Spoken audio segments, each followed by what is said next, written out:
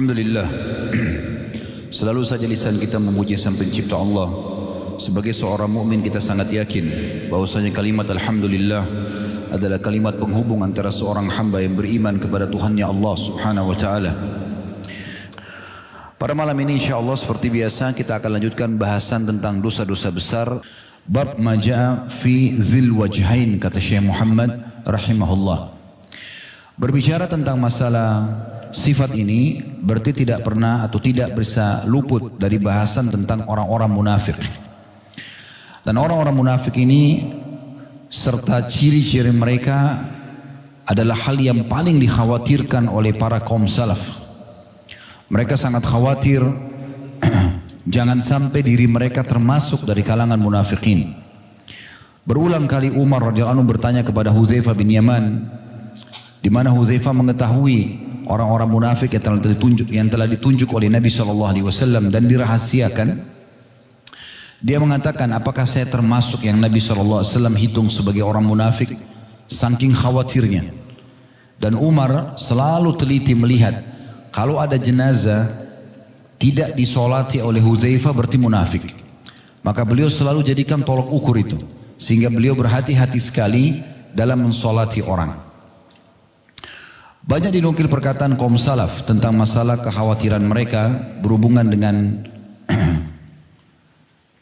jangan sampai termasuk orang-orang munafik. Di antaranya Ibnu Mulaika pernah berkata, adraktu 30 min ashabin Nabi sallallahu alaihi wasallam kulluhum yakhafuna an-nifaqa ala nafsihi. Aku sempat hidup bersama dengan 30 orang sahabat Nabi Muhammad SAW, semuanya tidak terkecuali khawatir kalau dirinya tertimpa kemunafikan.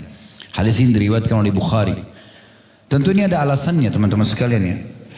Karena kalau orang kafir jelas kekafirannya, kita juga jelas bermuamalah dengan dia. Kafir hukum-hukumnya sudah jelas.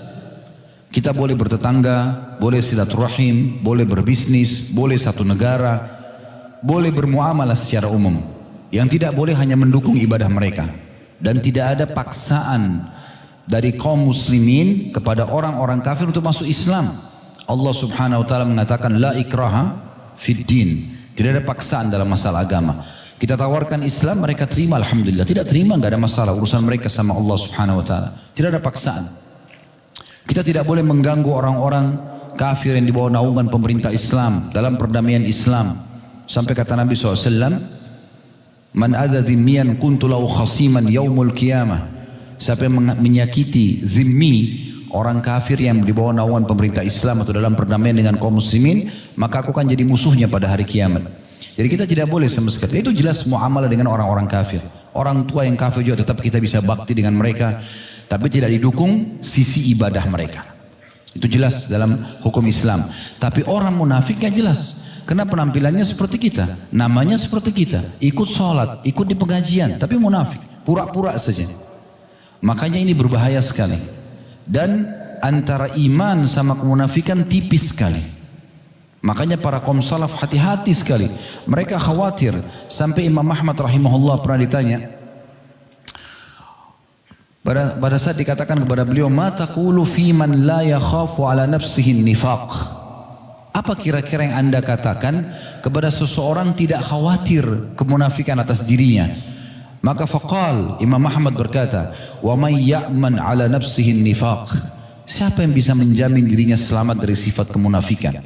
Ini bukan maknanya Imam Ahmad menuduh kaum muslimin umumnya bisa terjerumus dalam kemunafikan, bukan. Tapi lebih kepada masalah keimanan. Artinya seseorang yang ada iman dalam hatinya, mereka berhati-hati sekali. Khawatir jangan imannya tercoreng dengan kemunafikan. Dan ingat firman Allah Subhanahu wa taala, innal munafiqina fid darkil asfali minan nar. Orang-orang munafik itu di dasarnya api neraka. Masih lebih berat siksaan orang munafik daripada orang kafir di neraka itu. Karena buruknya sifat dan juga karakter-karakter mereka.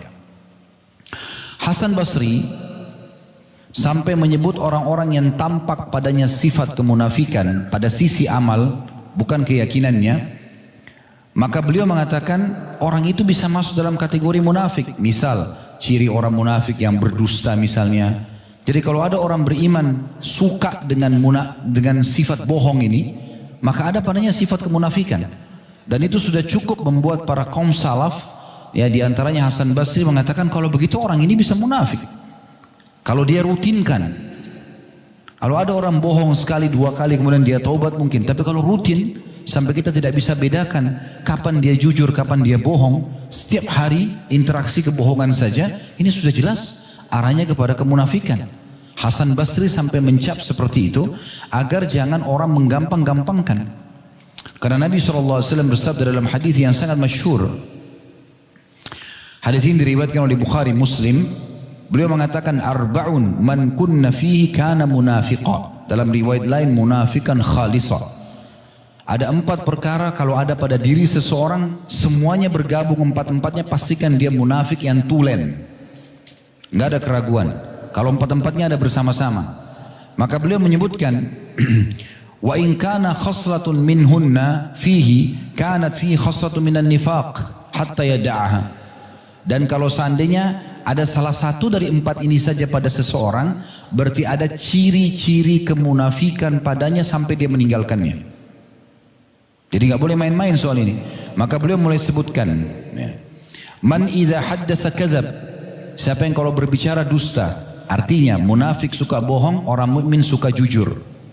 Kapan di diri kita ada suka keinginan berdusta, berarti hati-hati. Sudah tersentuh di salah satu cirinya mereka. Dan ini ancamannya berat. Ya. Mereka akan berada di bagian bawahnya neraka.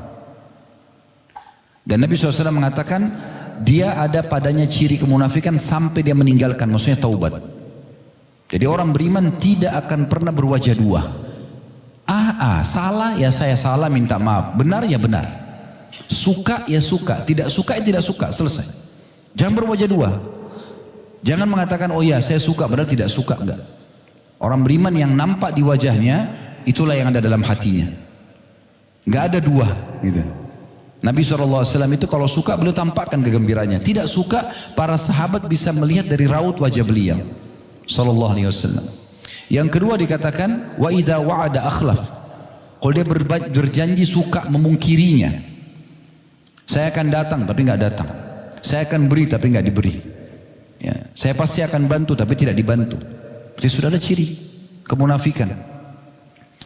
Kemudian yang ketiga wa idza khasama fajar. Apabila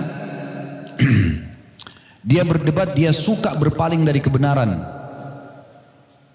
Suka mencari jalan dan cara untuk menjatuhkan rival debatnya. Ya. Mendatangkan kedustaan-kedustaan di sini. Jadi orang beriman itu tidak suka bertengkar.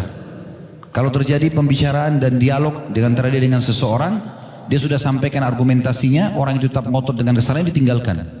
Itu yang Allah sebutkan tentang sifatnya ibadur rahman, hamba-hamba Allah yang maha pengasih, ya. Yaitu wa idza khatabahumul jahiluna qalu salama. Kalau orang bodoh mengajak mereka berdebat, mereka mengatakan salama. Kalau gitu terserah kamu deh. Terus sampaikan sholat ya gini, sok pintar, ya udah biarin aja, tinggalkan. Orang beriman tidak akan duduk habisin waktunya pada orang yang tidak mau dengar nasihat. Tapi yang penting sudah disampaikan. Tapi kalau orang munafik tidak.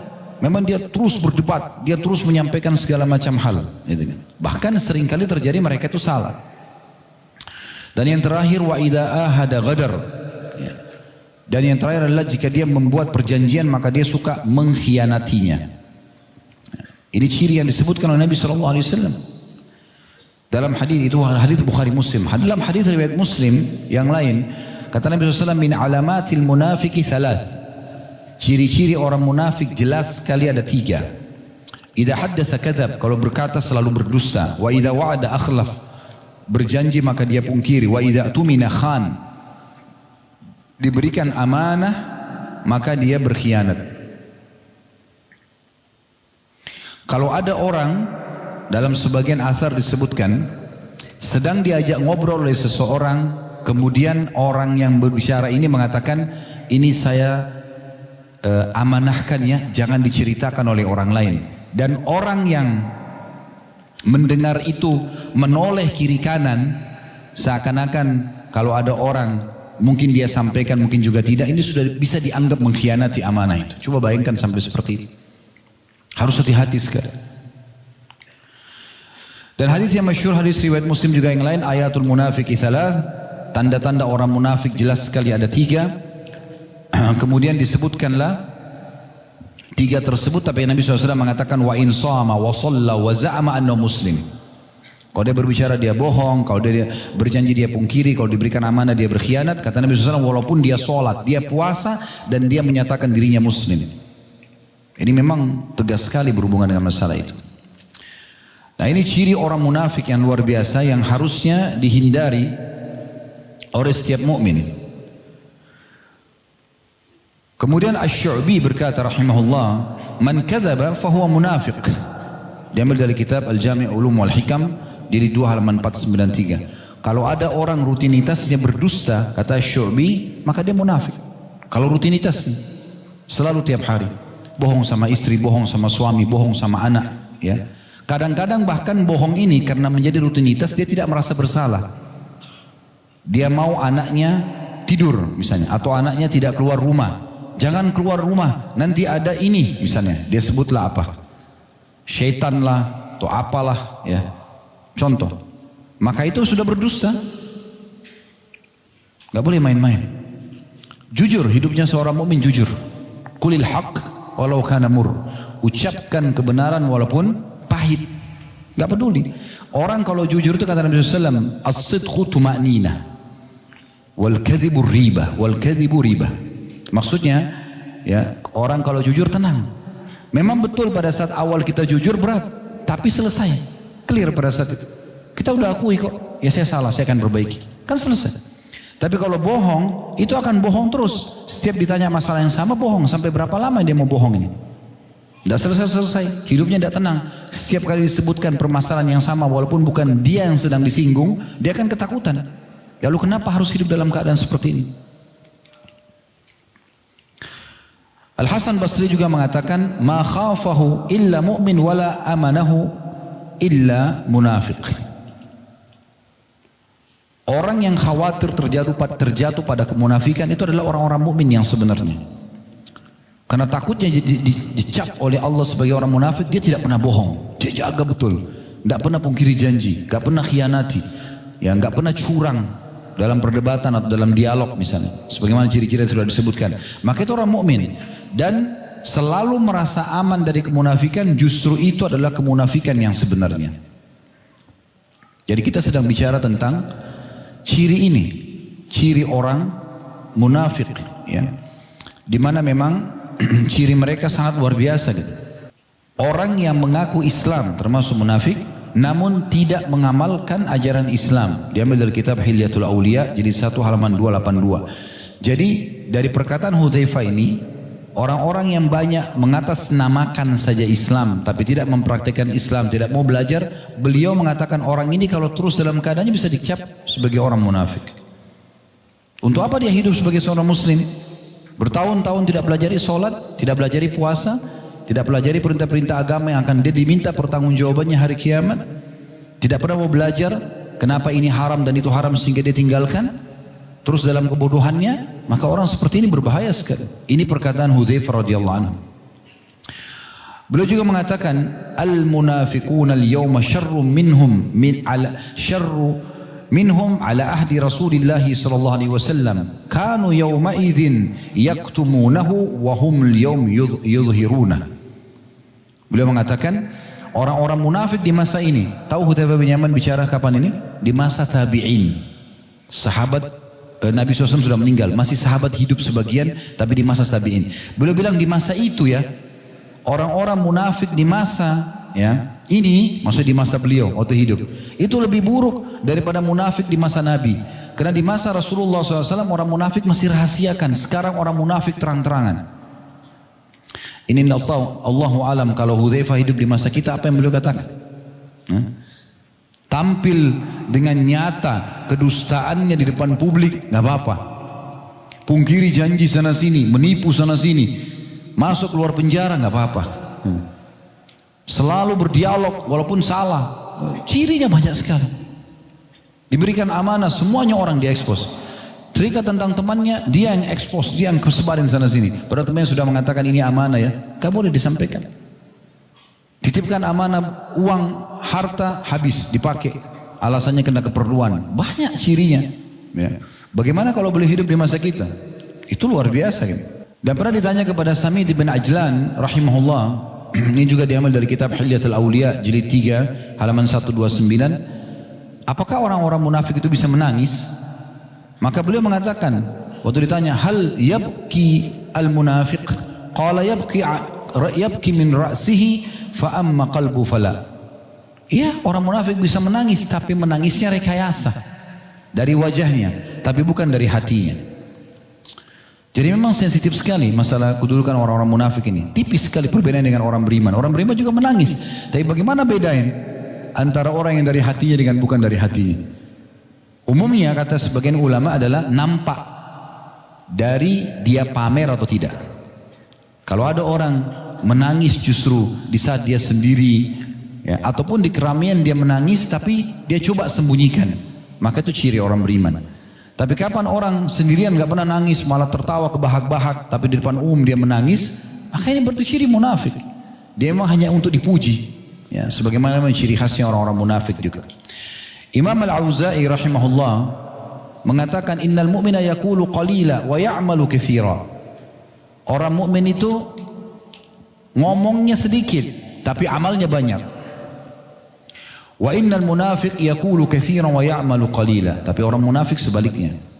Mereka banyak omong tapi amalnya sedikit. Ya. Kalau masih ingat pernah kami sampaikan kisah pada saat Nabi SAW mengajak muslimin di Madinah untuk ikut jihad di Tabuk dengan 2 pengorbanan, harta dan jiwa. Waktu itu wajib. Yang punya kemampuan harta wajib menyumbang, yang punya kemampuan fisik wajib ikut. Masih ingat kisah Ka'ab dan teman-temannya ya? Sampai diboikot oleh Nabi SAW 50 hari lebih. Karena mereka tidak ikut berjihad waktu itu, karena wajibnya. Ya. Intinya waktu itu Nabi SAW kumpulkan. Beliau selalu kalau mau jihad kumpulin harta dulu. Setelah terkumpul baru beliau bentuk pasukan. Harta ini tujuannya untuk membantu pasukan muslimin yang belum punya kuda, yang belum punya pedang, perisai, perlengkapan perang intinya. Maka Nabi SAW mengatakan, ayo menyumbanglah muslimin. Ada di antara muslimin, sahabat Nabi yang datang, saking banyaknya dia nyumbang, sampai dia bawa emas dan peraknya itu di kain dan dia angkat jatuh karena beratnya. Bawa ke hadapan Nabi SAW, ya Rasulullah ini. Ada orang-orang munafik yang hadir di majelis Nabi bilang apa? Riya. Mereka enggak nyumbang, tapi mereka nilai sumbangannya orang. Coba. Dari mana dia tahu orang ini riya? Hah? Di masa kita sekarang ini banyak sekali orang begitu lisannya, gampang. Begitu ada lihat orang tampil di media, riya. Dari mana kamu tahu riya? Pernah lihat isi hatinya? Gitu kan? Tidak bisa kita vonis orang. Tidak boleh sama sekali. Nanti insya Allah di hari Sabtu kita akan ada tablik akbar tentang Abu Musa al-Asy'ari, kembali menghidupkan serial tablik akbar sahabat. Insya Allah ada bahasan tentang masalah itu. Salah satu cirinya adalah bagaimana seseorang mukmin harus jauh dari menilai orang dan memvonis orang. Masalah riyaknya itu penting sekali. Kita harus hati-hati. Ya. Kemudian ada juga orang yang datang, dia tidak punya kecuali beberapa butir kurma. Ditaruh di keranjang kecil. Dia mengatakan, ya Rasulullah, hanya ini kepunyaan saya disumbang. Apa kata orang munafik? Mereka nggak nyumbang ini. Yang tadi banyak dibilangi riya, yang ini lagi mereka ngomong, mau diapain berapa butir kurma? Baik, berapa butir kurma lebih baik daripada kamu yang tidak menyumbang sama sekali. Hah? Jadi kalau ada orang datang dalam majelis ilmu atau di satu komunitas muslim cuma tahu menilai-nilai saja, orang nyumbang semua, itu riya tuh. Dia tidak nyumbang, ini berarti cirinya dia nih. Ya. Atau ada orang nyumbang, mau ngapain 1.000 rupiah? Gitu. Padahal dia sendiri 50 rupiah pun tidak nyumbang. Nah ini berarti ciri mereka seperti itu. Wahab bin Munabbi mengatakan tentang orang munafik. Min khisalil munafik an yuhibbul hamda wa yakrahu dzam. Di antara sifat orang munafik adalah gila pujian dan benci celaan. Ini semua dari kitab Hilyatul Awliya. Jadi menceritakan tentang para orang-orang yang dekat dengan Allah Subhanahu wa taala, ya. Jadi orang munafik itu suka sekali pujian. Kalau dipuji dia makin bangga. makin banyak dicerita tentang kelebihan-kelebihan dia. Dan kalau dia dicerca atas perbuatannya nggak mau. Orang beriman terbalik. Dipuji dia nggak suka. Kalau dicerca dia jadikan bahan introspeksi. Oh mungkin ada yang salah dari saya. Makin kuat iman seseorang mukmin, makin dia jadikan sebagai serangan yang sampai kepadanya adalah peringatan dari Allah di dunia agar di akhirat tidak dihisab. Itu ciri orang beriman. Apapun sifatnya. Kalau ada orang yang serang kita, menyebut-nyebut tentang sebuah keburukan walaupun kita tidak lakukan, jadikan sebagai peringatan. Kalau kita tidak lakukan, berarti kita akan panen pahala tambahan pada hari kiamat. Sebagaimana juga disampaikan oleh Ummul Mukminin Aisyah radhiyallahu anha pada saat beliau ditanya tentang beberapa orang yang membicarakan tentang Abu Bakar sama Umar setelah keduanya meninggal dunia radhiyallahu anhuma. Kata Aisyah radhiyallahu anha, saya tidak melihat kecuali Allah ingin menambahkan pahala untuk keduanya. Setelah meninggal masih dibicarakan, gitu kan? Maka orang beriman seperti itu sifatnya. Kalau dia lakukan, dia jadikan kesempatan untuk sebagai bahan introspeksi diri, muhasabah, istighfar kepada Allah. Alhamdulillah Allah masih ingatkan dunia sebelum di akhirat. Jadi dia coba perbaiki dirinya. Dan nanti Allah punya cara untuk menutupi kesalahan tersebut. Dalam perkataan yang lain, Fudail bin Iyad rahimahullah, seorang tabi'in juga menyebutkan, masih dari kitab yang sama tapi beda di jilidnya, jilid 8 halaman 95. Ini Fudail bin Iyad, sahabat dekatnya Abdullah bin Mubarak rahimahumullah semua. Ini ulama-ulama tabi'in yang masyhur dengan kesolehannya. Beliau mengatakan al-ghibtatu minal imani wal hasadu minan nifaq. Ghibtah itu artinya iri pada seseorang mukmin yang fitrahnya secara alami bisa kita bersaing dengan dia di hal positif tanpa mengharapkan nikmat itu hilang dari dia. Misal contoh, seorang mukmin saudara kita punya kelebihan ilmu. Seorang mukmin misalnya punya kelebihan ibadah, sholat malam, hafal Quran, ya. Punya harta, secara fitrah kita masih bisa bersaing. Maka kita iri, ya, karena orang-orang ini punya kelebihan dan dia habiskan jalan Allah. Ilmunya dia pakai untuk mengajar, Al-Quran dipakai untuk baca siang dan malam, di sholat malam, mengajar, buka pesantren-pesantren Al-Quran, hartanya dihabiskan, infakkan jalan Allah, gitu kan. Dia orang seperti ini kita iri pada dia, tapi tidak berharap hilang dari dia. Secara fitrah alami kita masih bisa bersaing situ. Artinya kita masih bisa mengatakan, ya Allah berikan saya seperti dia atau lebih. Itu ghibtah namanya. Itu boleh. Itu tidak masuk dalam iri yang dilarang. Makanya beliau mengatakan al-ghibtatu minal iman. Selalu merasa mau bersaing positif pada orang mukmin yang punya kelebihan yang kita tidak miliki selama secara fitrah sekali lagi kita bisa menjangkaunya. Antum tidak masuk dalam ghibtah kalau ada orang memang diberikan kelebihan paras wajah, tampan dan cantik, antum minta supaya Allah kasih seperti dia, itu nggak mungkin. Kan gitu. Itu kan nggak mungkin. Atau cemburu, iri dengan jenis kelamin. Kenapa dia jadi perempuan saja dari laki-laki? Misal. Ini nggak mungkin. Secara fitrah kan keluar tuh. Nah ini tidak mungkin ada ghibtah di situ. Sementara hasad, selalu iri, berharap agar nikmat orang itu hilang dari dia, itu dari sifat orang munafik.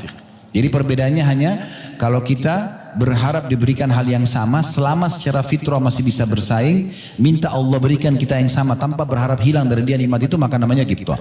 Tapi kalau kita berharap hilang dari dia nikmat itu, maka berarti itu hasad. Wal mu'min yaghitu wala yahsud. Atau yakbitu wala yahsud. Dan orang-orang mukmin itu, ya, menyukai kelebihan yang ada pada orang lain tapi tidak berharap hilang darinya. Sementara wal munafiqu yahsud wala yaqbit. Dan orang-orang munafik berharap hilang nikmat dari orang sementara dia tidak mau agar nikmat itu tetap ada pada orang lain. Wal mu'minu yastur.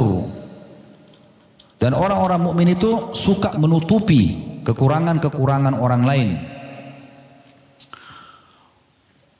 Wa yansah, dan suka juga memberikan nasihat. Wal fajiru yahtaku wa ya'iru wa yabshi. Sementara orang-orang munafik suka menjatuhkan, menjelek-jelekkan orang lain.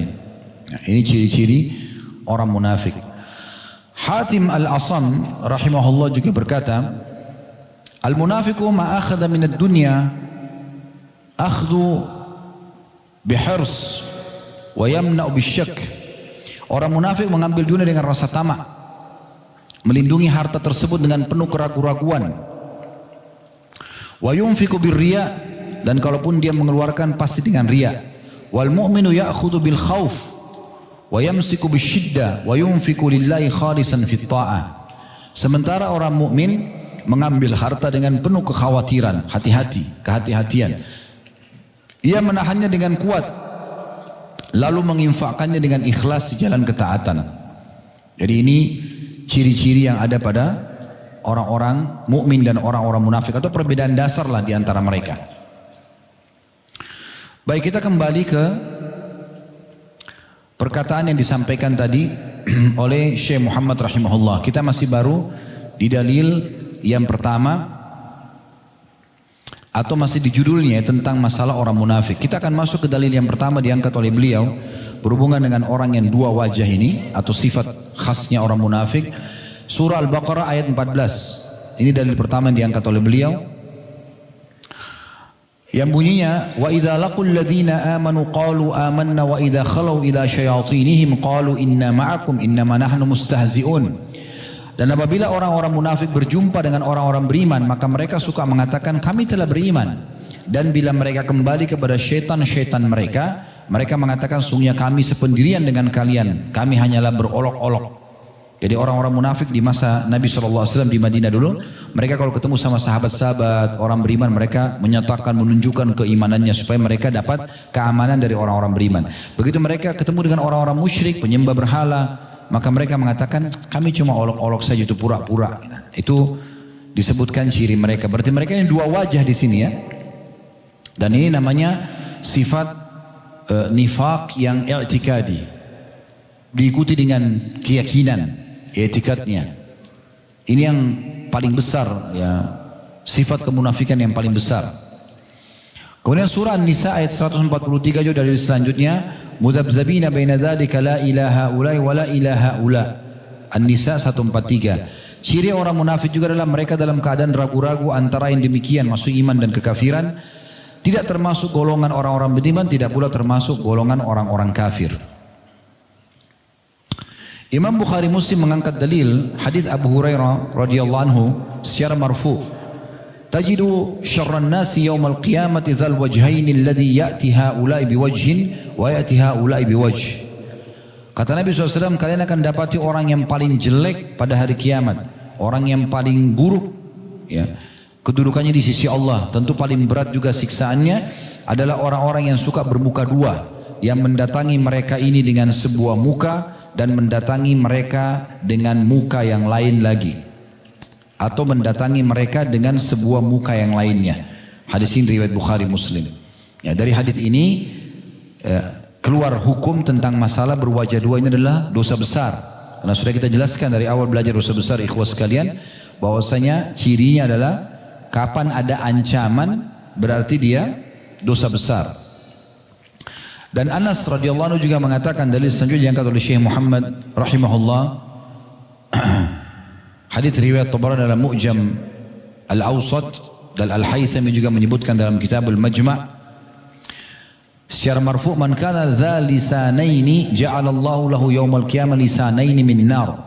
Barang siapa mempunyai dua lisan, dua omongan yang berbeda, maka Allah akan menjadikan baginya pada hari kiamat dua lisan dari neraka.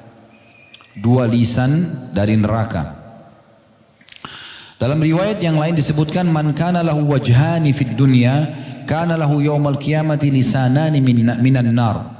Barang siapa yang mempunyai dua wajah di dunia, jadi di sini senyum, di belakang dia memburuk-burukan orang misalnya, maka dia pada hari kiamat akan memiliki dua lisan dari neraka.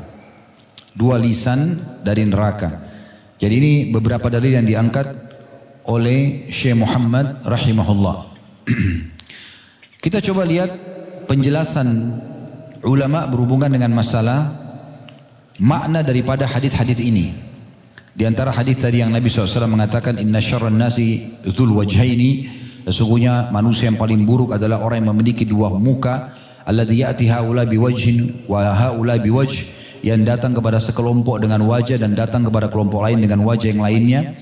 Juga sabda Nabi SAW, man kana lahu wajhani fid dunya kana lahu yaumal qiyamati lisanani minan nar atau min nar. Siapa yang memiliki dua wajah di dunia, maka ia akan memiliki dua lidah dari api di hari kiamat nanti di akhirat.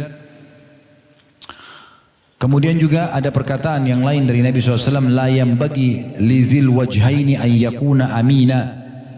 orang yang memiliki dua wajah sebaiknya tidak dipercaya. Hadis riwayat Bukhari. Kapan kita sudah temukan seseorang memiliki dua perkataan begini suka berubah-berubah, tidak jelas, maka tidak layak untuk dipercaya. Seorang tabi'in bernama Sa'ad, Bilal bin Sa'ad rahimahullah, beliau menjelaskan tentang makna dzul wajhaini, dua wajah dalam hadis atau beberapa riwayat yang itu sudah disebutkan. Beliau mengatakan la takun za wajhaini wa za lisanaini tudhiru linnasi liyahmaduka wa qalbuka fajir. Beliau mengatakan yang dimaksud dengan orang yang paling buruk hari kiamat memiliki dua wajah adalah seakan-akan Nabi mengatakan janganlah engkau menjadi orang yang memiliki dua wajah dan dua lisan. Kenapa disebutkan dua wajah dan dua lisan? Ada orang yang mimik wajahnya beda, senyum dengan seseorang tapi dia murkah misalnya, ya. Atau ada orang yang berkata suka tapi sebenarnya dia tidak suka, maka dua lisan. Engkau menampakkan hal-hal yang terpuji di depan orang-orang padahal hatimu penuh dengan kemaksiatan dan kemungkaran. Nah ini dijelaskan, ya. Orang-orang munafik punya namanya nifaq i'tiqad, ya. Keyakinan. Seperti dia menampakkan sebagai orang mukmin tapi dia orang munafik. Ini yang paling besar tadi saya katakan. Ada juga orang nifaq amali, secara amal saja, ya. Dia nampakkan diri sebagai orang soleh tapi hatinya menyembunyikan keburukan. Atau dia hanya sekedar mengerjakan ketaatan agar dipuji oleh manusia. Tidak ada hubungannya sama Allah SWT sama sekali. Maka ini juga termasuk dalam masalah penjelasan wajhain.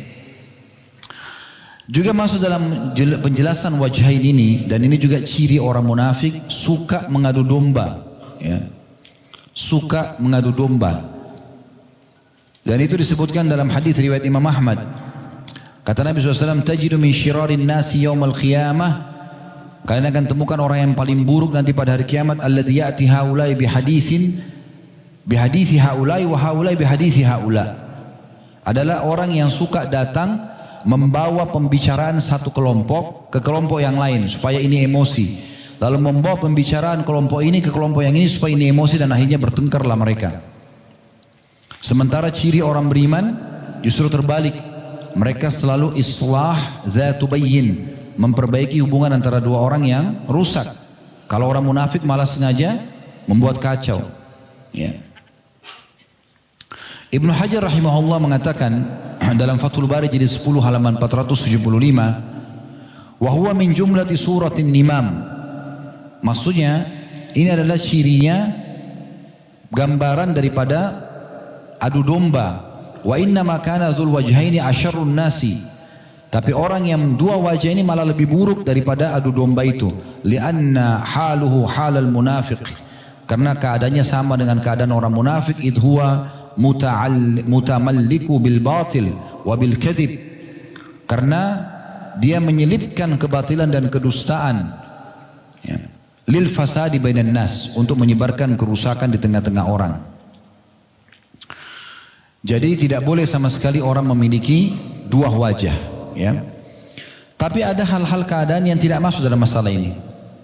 Contoh misalnya, ada orang dia pada saat berhadapan dengan tokoh masyarakat atau atasannya, dia menjaga wibawahnya.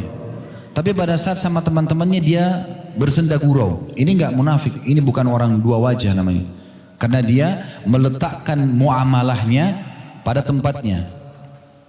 Itu boleh saja. Atau seorang suami, dia di depan teman-temannya berwibawa, tapi sama istrinya sama anaknya dia suka bersenda gurau. Ini bukan dua wajah namanya. Bukan itu yang dimaksud, ya. Begitu juga orang, misalnya kita lihat ada seorang pemimpin, dia mungkin selalu menjaga wibawahnya, tutur katanya di depan orang. Tapi ada saatnya dia mungkin kumpul sama teman-teman yang seangkatan dengan dia, pernah satu sekolah, satu alma mater, lalu dia bercanda. Jangan kita bilang, loh orang ini kok dia tertawa di situ sama teman-temannya, tapi biasanya kita lihat orangnya serius, ya. Itu bukan orang dua wajah, karena dia justru menempatkan semua pada tempatnya. Dan itu boleh, dalam Islam itu dibolehkan. Tapi yang dimaksud tadi dua wajah ini betul-betul memang dia, kalau bukan dia secara i'tikad, secara keyakinan, dia pura-pura muslim tapi ternyata bukan muslim, dan dia pakai nama Islam segala macam, Dan ini cirinya sederhana sekali. Kalau mau segera mengetahui mereka, pasti mereka selalu lawan Islam itu. Walaupun namanya Abdullah, namanya Muhammad, tapi dia melawan Islam. Islam mengatakan tidak boleh, nggak apa-apa, boleh kok. Dia sengaja bentrok. Hukum Allah yang sudah 1400 tahun mau diubah sekarang. Ya, dengan otaknya sendiri, gitu kan. Al-Quran harus direvisi. Yang mesti direvisi otaknya dia ini.